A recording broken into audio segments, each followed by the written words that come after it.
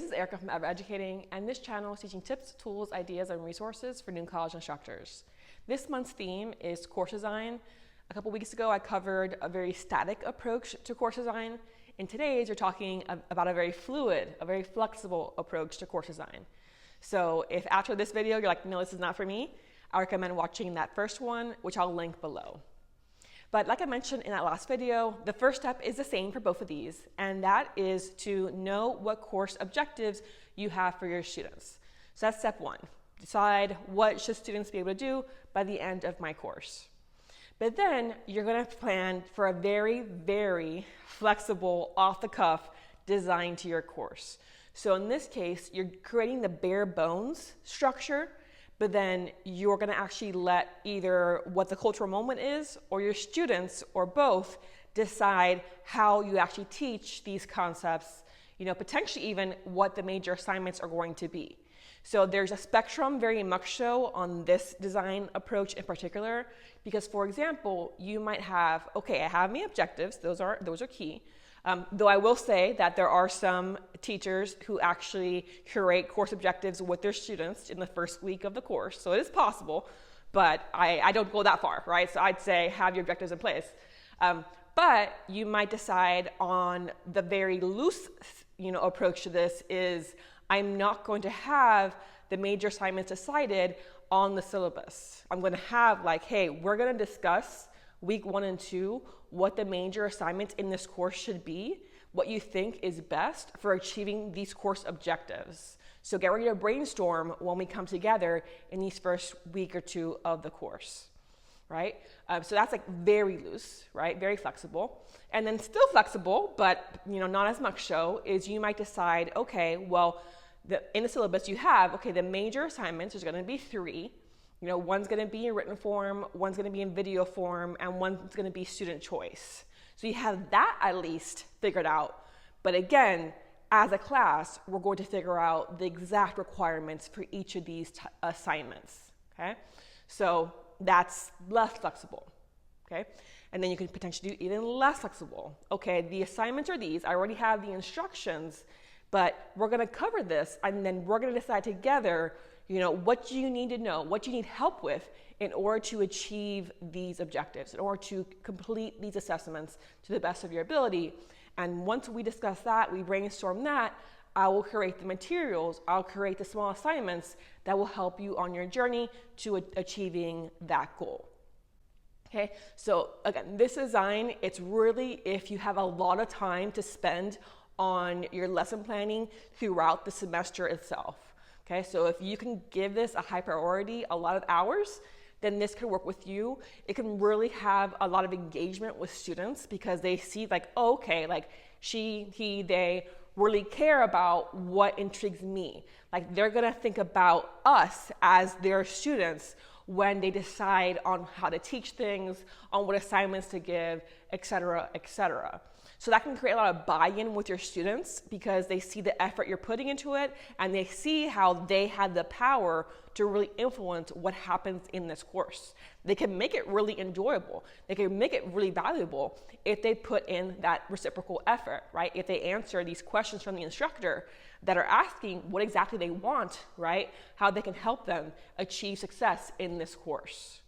So in this case, again, you have to figure out exactly where you fall on the flexible spectrum because you might have, okay, the semester is 16 weeks. Here are the topics of each week, right? So maybe you have that much set up beforehand. Like these are the topics that we need to cover due to the program, due to my beliefs about what's necessary in order to achieve the objectives. But again, each week is going to be heavily informed by you. We're going to discuss what you need, what you want, and I'm going to then curate based off of those discussions for the following week's, activities. So in that sense, you do have at least like that starting point of like, here are all the topics. But again, right, if you have the more flexible side of the spectrum, it might be that when you're doing that week 1 and 2 discussion of the major assignments and all of that, you might also have like, okay, what do you think are the key concepts tied to this course, okay? So if your course is diversity in children's literature, right? Have that discussion. Like, what do you consider to be essential when talking about diversity, right? What do you consider essential when studying children's literature? Are we going to be doing fairy tales and poetry and chapter books and picture books, et cetera, et cetera? Or is this course going to be diversity in children's literature and the focus of our text is going to be poetry, for example, right? Or our focus is going to be chapter books. Do you feel that's what's going to be a good focal point? And then we dive into the diversity element in a more wider breadth. Or are we doing both? You're going to look at all types of genres and categories of literature for children in this course. And then diversity-wise, we're actually going to focus on gender diversity. We're going to focus on disability. So kind of having these discussions with them of like, hey, what's essential, right? Have 16 bullet points on the board and fill out what the topics are going to be for the course. And after creating that together, then you start building lessons, start building activities and materials for your students as the semester progresses. Okay, so this is definitely the more difficult approach to take. You might need to see if it's even allowable in your program. They might have much more strict requirements for professors, for instructors. But if you have a lot of leeway, and again, you're someone who wants it to be super engaging and super current with the moment, then potentially this approach to course design will appeal to you, right? So there are pros and cons to this, but if you are going to take this approach, then I recommend before the semester begins, deciding where exactly you fall on this spectrum. So you might decide thinking big picture, so you have course objectives, major assignments, small assignments, lecture materials, supplemental resources, rubrics or no rubrics, right? Like the main elements of teaching your course. And then you decide this I'm going to bring to the table. This I'm going to brainstorm with my students. This I'm going to bring half of it to the table, but then on these specific weeks, students get to decide what we focus on, okay? So kind of planning out ahead of time exactly how flexible you're willing to be in this course, in this term. And maybe you always do a flexible approach to course design, but some terms are more flexible than others, okay? So that's totally possible. And then you might have an occasion where, you know what, I can't be this flexible. I'm going to take the more static approach this term just because I need it, because I'm going to be defending my dissertation this term and I need a lot of time spent on that and not so much spent on lesson planning.